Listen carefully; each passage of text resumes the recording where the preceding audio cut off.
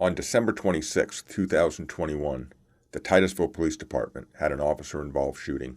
The Florida Department of Law Enforcement responded to conduct the criminal investigation, while the Titusville Police Department opened up an internal affairs investigation. Titusville 246, 214, 1065, 22 Delta, area South D. Leon and Zephyr, South D. Leon and Zephyr. 51. The caller advised that a male was arguing with a female and then pushed her down into the road in front of a vehicle. Female had pink hair, black female. Male was a black male wearing a jacket. Time lapse 1 to 2 minutes before they called it in. 214 to 246. Go ahead.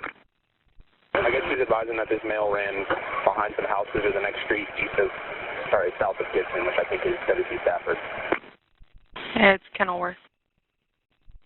Should be a black male with dreadlocks, blue jeans, and a black jacket. Officers on scene had confirmation of the name of the suspect at 7:06 p.m.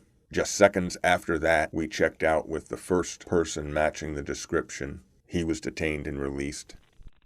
227 times, we'll show me 51 to the 22D. 10-4. 227 times, we'll 1097 area. 1909. At 7:10 p.m., we had a second male stopped at the corner of DeLeon Avenue and Zephyr Lane. Officer Josh Payne attempted to stop a subject later identified as James Lowery on Craig Avenue, just south of Queen Street. At the time, James Lowery was wearing blue jeans, black jacket, and had dreadlocks tied up over his head. 215 to 227. If you haven't found that gentleman, we hear some screaming from maybe 909 if you can head down this way.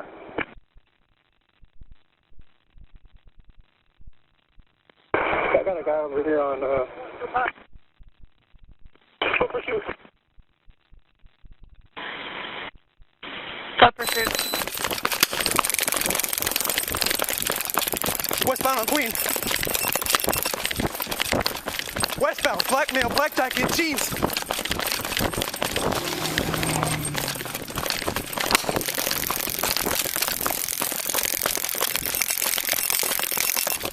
On Gale. Stop running. Stop reaching your pocket.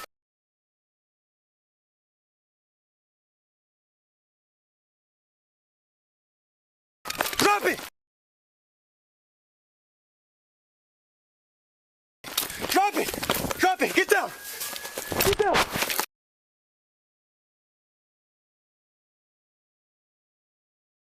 The ladder. Get down. Get down. Get down. Get down. Hey, he's running. He's running.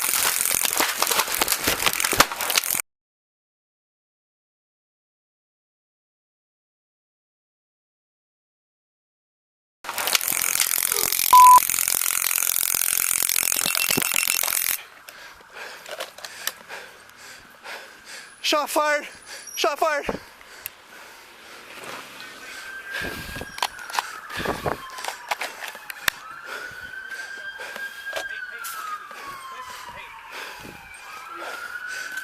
we're good. Calm down. Hey, listen, calm down. Calm down.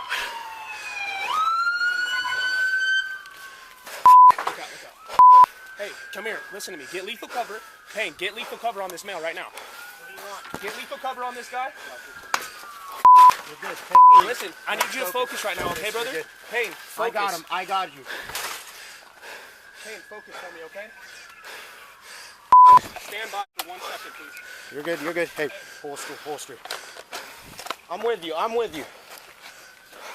I'm with 227. We're at Gale. The address on Gale is 1520.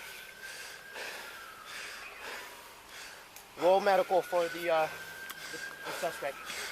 Hey, hey, hey. Stay with me. 10-4. Hey, get to him right now. Get to him. On here. Hey, grab your medical gear. Grab your medical gear and grab gloves. We're good. Breathe. Breathe.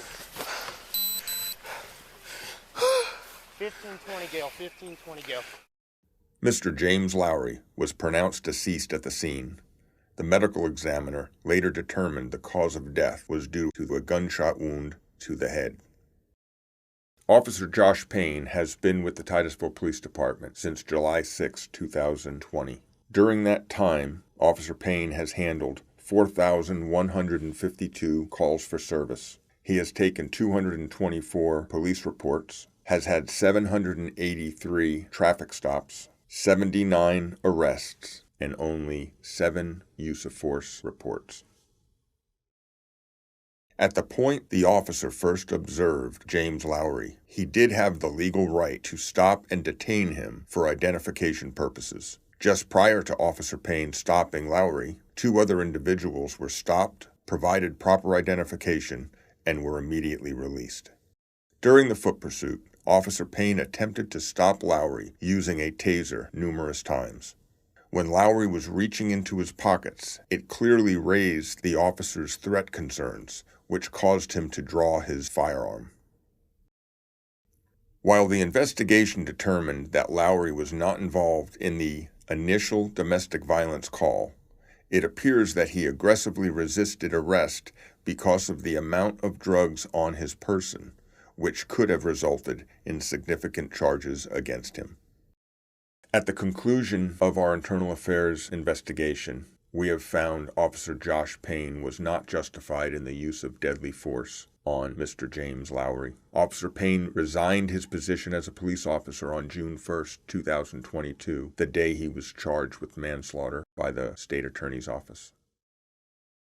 In conclusion, now that the FDLE investigation and our internal affairs investigation are both complete, we will be able to release all public records.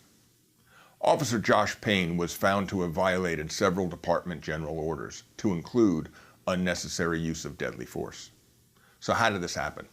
First, during the foot pursuit, Officer Payne deployed his department-issued taser 5 separate times and over 45 seconds in an attempt to stop Mr. Lowery from fleeing.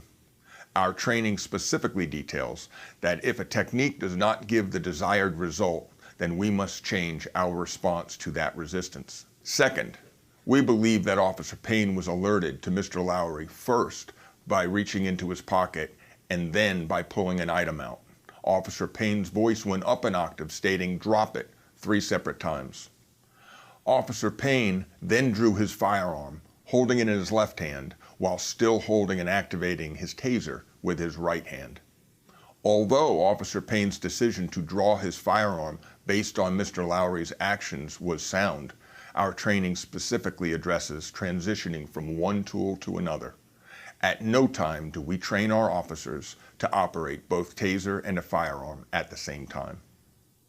Lastly, Mr. Lowery had dreadlocks and was wearing blue jeans and a black jacket, the exact description of the domestic violence suspect just 15 minutes prior and only 700 feet away. Officer Payne had a legal right to detain Mr. Lowery and gave him a lawful order to stop. Mr. Lowery's decision to run away from Officer Payne and physically resist his lawful orders to stop also contributed to this incident. Being a police officer is a difficult job, and it gets exponentially harder when a subject's actions contribute to a situation becoming tense, uncertain, and rapidly evolving. Officer Payne's actions and verbalizations during the foot pursuit, brief struggle with Mr. Lowery, and post-shot being fired indicate to us that he did not respond to this incident as we train our officers. Furthermore, when looking at the totality of these circumstances, we believe that Officer Payne did not intend for his firearm to be discharged, which is also a severe violation of the policies covering firearm safety rules. We remain committed to providing the best possible training for our officers and to continue to prepare them for the high-stress situations that face police officers each and every day. It is essential for our success to have a valued relationship with our Titusville community, and we will continue to demonstrate the highest level of transparency. On behalf of the men and women of the Titusville Police Department, we extend our thoughts to the family and friends of James Lowery as we all are devastated at this tragic event.